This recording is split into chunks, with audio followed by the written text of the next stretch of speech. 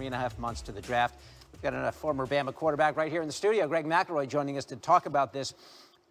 He had to meet with the doctors on Friday, and we had been told that what he learned there would sort of guide his decision. What do you think he had to hear in that meeting with doctors to make him think, okay, it is time for me now to go to the NFL? I think he learned the timetable of his recovery at that point, because I know this was a 50-50 decision. I mean, half of his family wanted him to go, half of them wanted to stay. I don't even know which side of the fence Tua was on, frankly, in talking to him just last Monday down in Orlando. But he had to figure out when would he first be available to showcase what he can do for NFL teams on the field. Now, you can evaluate him on the tape all you want, and the evaluation speaks for himself. Mel Kiper thinks he's the third best player in the draft based on the tape and the tape alone. But I think he probably found out, hey, I might be able to do a couple things on the field prior to that date that they had told me, maybe in mid-April.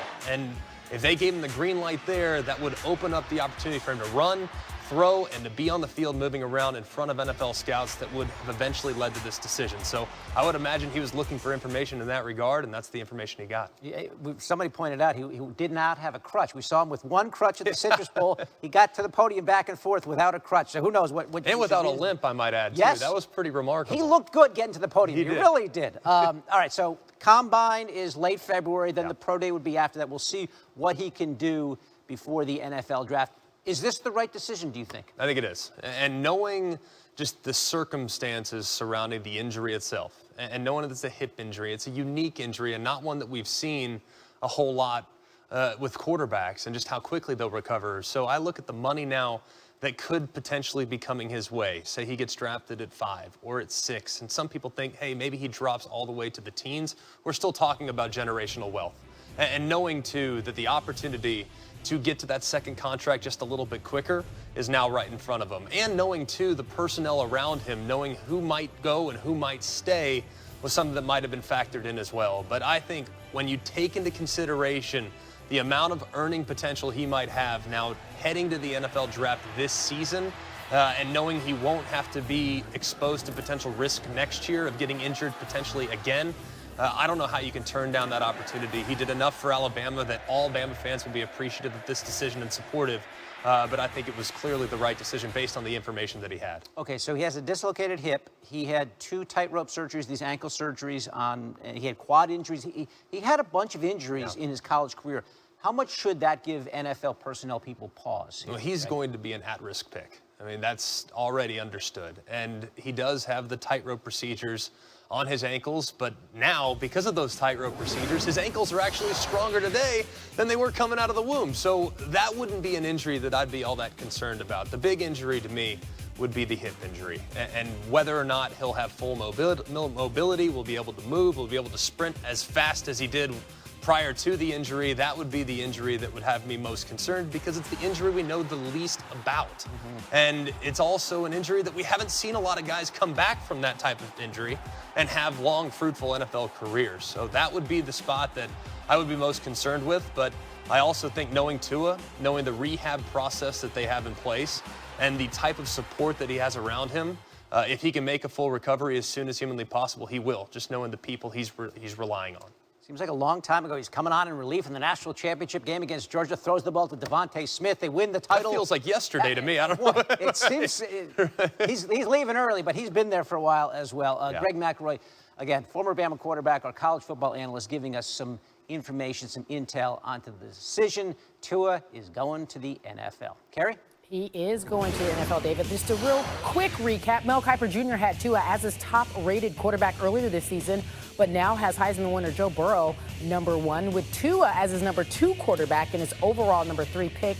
With that, Tua decides to enter the draft. We welcome in our draft expert, Mel Kiper Jr. So we just talked about it. He's the 3rd best player on your board, now going to the draft. Talk to me about, in your opinion, and we just heard all the different reasons why he might be an at-risk pick in terms of his injuries. Why do you see him as the 3rd best player? Quarterback with that kind of talent, about 87 touchdowns, carry only 11 picks. He's up at 70% completion percentage. So precise, so accurate, a great leader.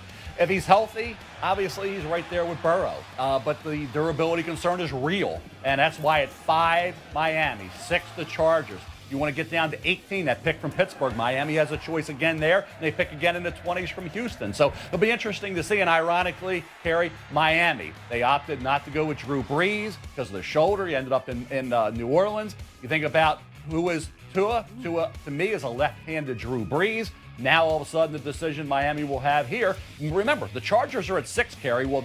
If they like Tua better than Herbert, will they want to move ahead? What's going to happen there? It makes it an interesting dynamic at 5 and 6, depending upon how those two teams feel about Tua and quarterback at Oregon, Justin Herbert. All right, that's interesting that you talk about the irony there and obviously the comps between him and Drew Brees. Meanwhile, let's talk about a healthy Tua.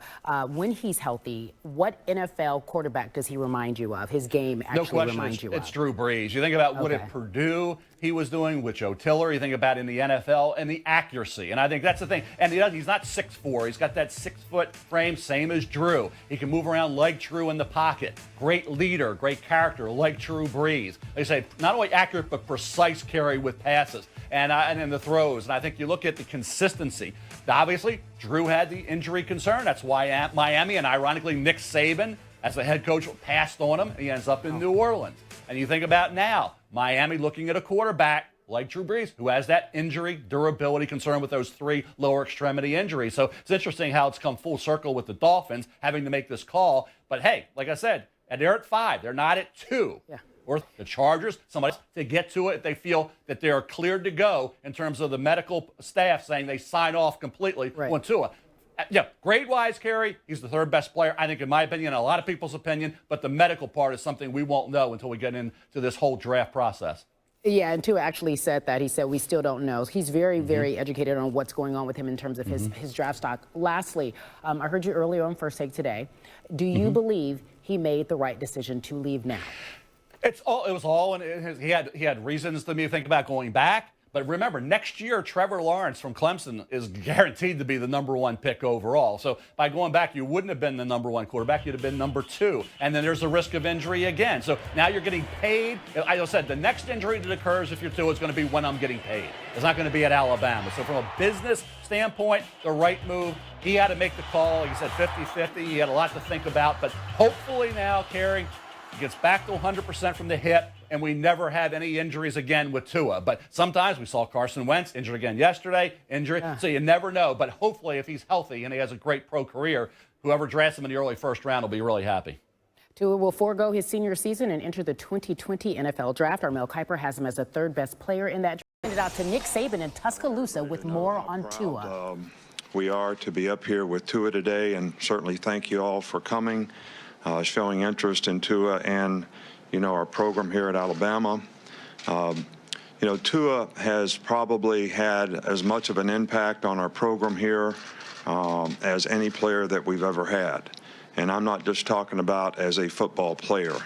He's got great character. He's a great leader. He's done a wonderful job in the classroom. There's a spirit about him that has a very positive way. He's had great accomplishments on the field, but you probably don't really fully understand the significance of the contributions that he's made off the field with his teammates and the people who are around him every day. An unbelievable positive spirit. He's helped us, continue the streak to 9 of 11 win seasons. He's won a national championship here with his performance. He's won an SEC championship. And he's also helped us to extend the streak of being in the top 10 to 12 seasons. And I don't think his contribution is not appreciated because it's been outstanding. He's on course to graduate. I think he needs like 17 credits or something like that to graduate. I don't think he's ever been in my office one time the whole time he's been here for anything but something that's positive in terms of helping him or, helping the rest of our program.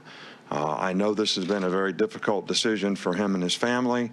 Our role in that is not to make a decision, but only to provide all the information that we can, whether it's physical, medical, spiritual, and every way that we can, to help any of our players, make their decision. And I know some of the guys have announced on social media what they're going to do. There'll probably be a couple other announcements forthcoming, but I think it's fitting that a guy that has had such an impact, on our program